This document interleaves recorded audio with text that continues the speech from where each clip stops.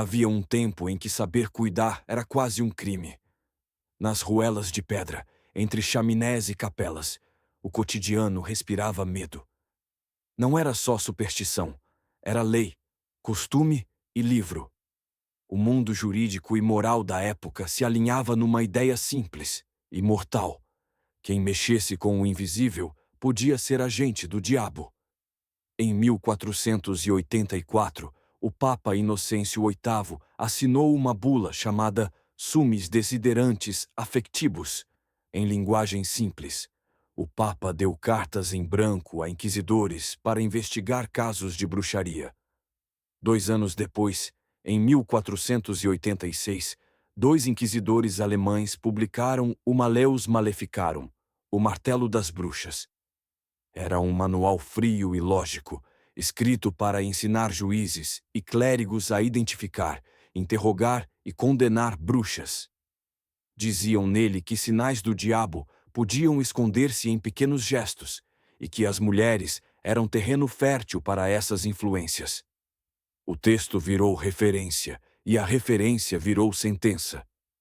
O que isso significava na prática? Significava que qualquer coisa fora do comum poderia ser prova.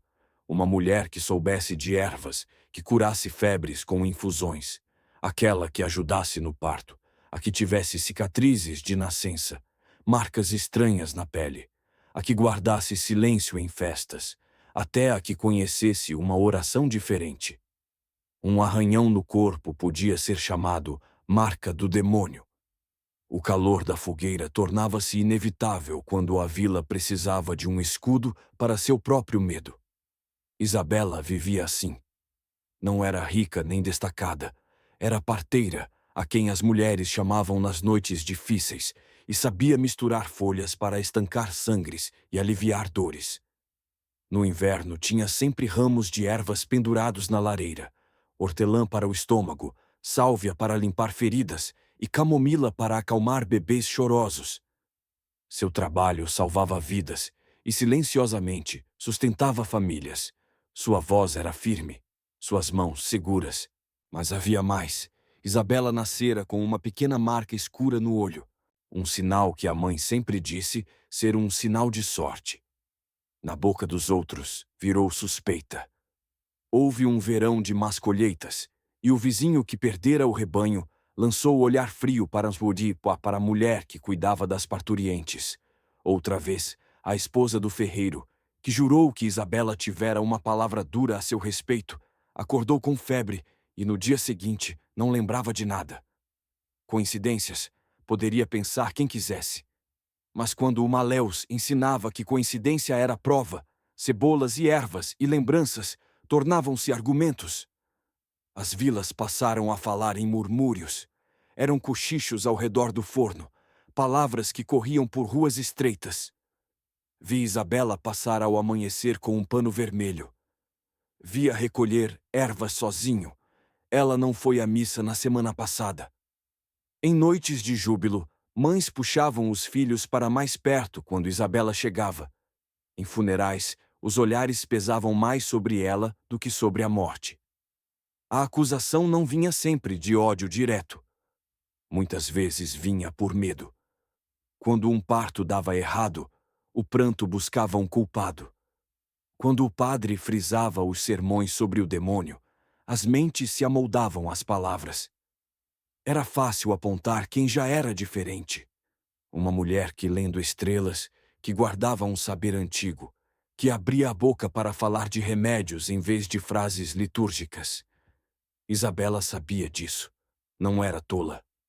Às vezes passava as noites varrendo a casa cedo, para que ninguém notasse as ervas penduradas.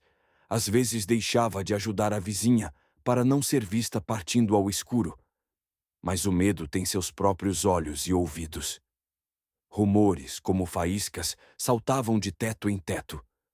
Uma criança dizia ao pai que tinha visto uma sombra na janela, e essa sombra virava no dia seguinte prova escrita, gravada na memória de quem precisava crer.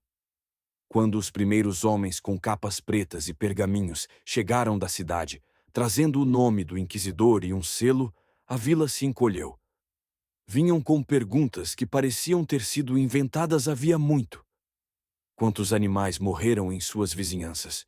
Você faz pactos? Tem sonhos de voar? As perguntas eram retóricas e cortavam a noite como facas. Eles folheavam o Maleus como quem consulta um livro de receitas, marcando o que encontravam. O hábito de recolher ervas, a ausência de testemunhas que provassem inocência, a presença de sinais no corpo. Isabela foi chamada para responder. Não houve trombetas. Houve apenas o bater seco da porta do seu casebre quando 2 homens chegaram com tochas. Não fez alarde. Vestiu a roupa comum, o avental gasto. Sabia que a forma de responder era limitada. Um testemunho, uma bênção, talvez um pedido de misericórdia. Sabia também que muitos não teriam coragem de defendê-la, por medo de se tornarem suspeitos também. Naquele momento, a vila deixou de ser casa e virou tribunal. Olhares que antes pediam ajuda, agora formavam filas de acusação. Isabela sentiu que algo, dentro dela, mudava. Não só o corpo que nasceu com uma marca, mas o chão que pisava. A ignorância com roupagem de fé avançava e, sem saber, transformava vizinhos em carrascos. A chegada dos inquisidores foi discreta, mas o efeito foi como uma pedra lançada num lago. Ondas por toda parte. Eles trajavam capas escuras, vinham com pergaminhos selados e olhavam a vila como quem avalia um rebanho que precisa ser aparado. O chefe do grupo folheou o Maleus como quem consulta a bula de um padre. Eram perguntas que já vinham prontas e respostas que pareciam óbvias antes mesmo de serem dadas. No centro, o que mais importava era a aparência de poder. O inquisidor falava com voz calma e fazia perguntas em voz baixa, repetindo-as várias vezes até que a resposta parecesse a única possível. Quando foi a última vez que falou sozinha no campo? Quem lhe viu saindo à noite? Que ervas tem em casa? Para que as usa? Perguntas sobre remédios viravam provas de malícia, ajudam a provar intenção onde só havia necessidade. Eles usavam uma técnica antiga. Cercavam a acusada com testemunhos, vizinhos, parentes, mulheres amarguradas e pediam detalhes que só quem fosse culpado conheceria. A lógica do manual era simples e brutal. A contradição era prova de culpa. O silêncio, prova de culpa. A confissão tardia, prova de arrependimento e, portanto, confirmação. Isabela respondeu com a voz que sempre usara nas parturientes, firme, clara, sem rodeios. Contou o porquê das ervas, descreveu as receitas de compressa que passara a outras mulheres, falou das noites em claro. Mas quando o inquisidor perguntou sobre sonhos e visões, perguntas que buscavam o invisível, o tom mudou. O medo se enfiou nos cantos do casebre. Alguém jurou ter visto uma luz estranha sobre seu telhado. Outra, que as galinhas de seu quintal haviam parado de botar depois de Isabela passar. Cada detalhe, arrancado sob olhares de chumbo, virava argumento. A vila inteira se encolheu. Amigos que antes pediam favores passaram a evitar o olhar dela.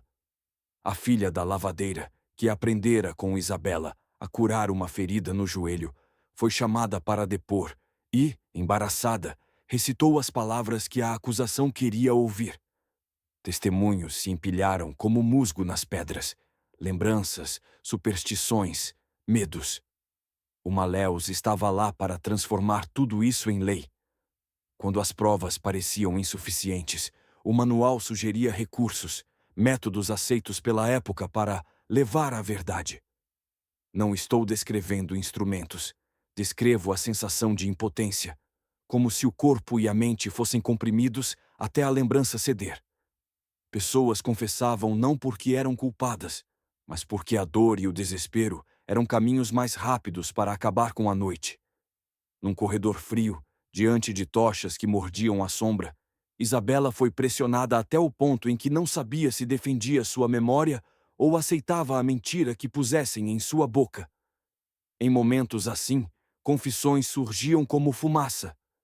Eu dancei com sombras, Eu jurei a queda das vacas.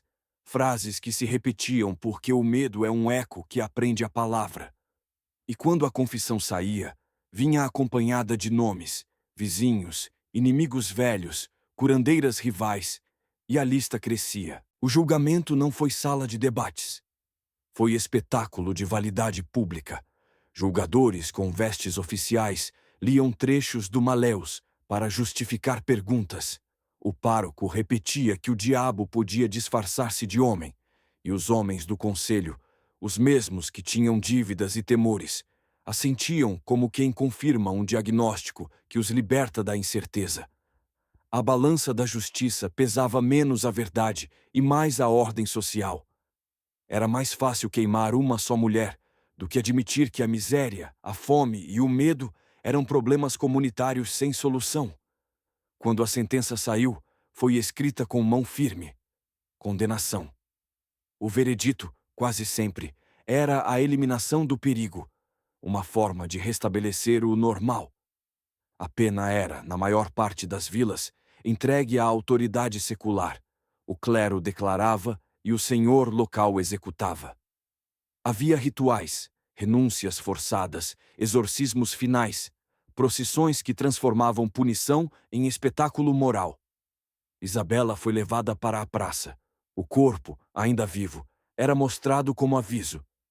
Em suas últimas palavras houve duas coisas: uma invocação pela verdade e um pedido para que lembrassem das crianças que ajudara.